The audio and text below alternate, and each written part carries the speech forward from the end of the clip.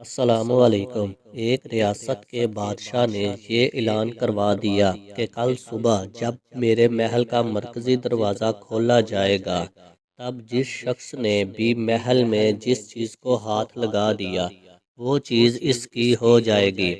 اس اعلان کو سن کر سب لوگ آپس میں بات چیت کرنے لگے کہ میں تو سب سے قیمتی چیز کو ہاتھ لگاؤں گا۔ کچھ لوگ کہنے لگے میں تو سونے کو ہاتھ لگاؤں گا، کچھ لوگ چاندی کو، تو کچھ لوگ قیمتی زیورات کو، کچھ لوگ گھوڑوں کو، تو کچھ لوگ ہاتھی، کچھ لوگ دودھ دینے والی گاؤں کو ہاتھ لگانے کی بات کر رہے تھے۔ جب صبح محل کا مرکزی دروازہ کھلا تو سب لوگ اپنی اپنی من پسند چیزوں کی طرف دوڑے۔ سب کو اس بات کی جلدی تھی کہ پہلے میں اپنی من پسند چیزوں کو ہاتھ لگا دوں تاکہ وہ چیز ہمیشہ کے لیے میری ہو جائے۔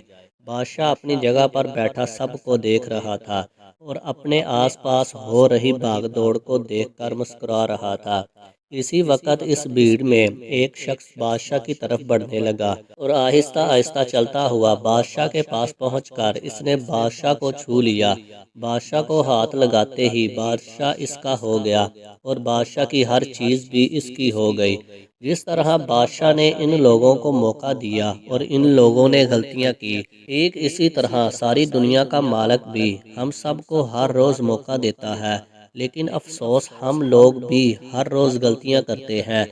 ہم اس نفسا نفسی کی دنیا میں اس قدر گم ہو گئے ہیں کہ نہ تو ہم اپنے فرائض کو وقت پر ادا کرتے ہیں اور نہ ہی حقوق العباد کا خیال رکھتے ہیں۔ ہم اللہ کو حاصل کرنے کے بجائے اللہ کی بنائی ہوئی دنیا کی چیزوں کی آرزو کرتے ہیں، لیکن کبھی بھی ہم لوگ اس بات پر غور نہیں کرتے کہ کیوں نہ دنیا بنانے والے مالک کو پا لیا جائے، جو ہر روز رات کے آخری پہر میں اپنے بندوں کو پکارتا ہے۔ کوئی ہے جو مجھ سے دعا کرے تو میں اس کی دعا قبول کروں، کوئی ہے جو مجھ سے رزق مانگے تو میں اس کو عطا کروں، کوئی ہے جو مجھ سے مغفرت طلب کرے تو میں اس کو بخش دوں۔ اگر مالک ہمارا ہو گیا تو اس کی بنائی ہوئی ہر چیز بھی ہماری ہو جائے گی۔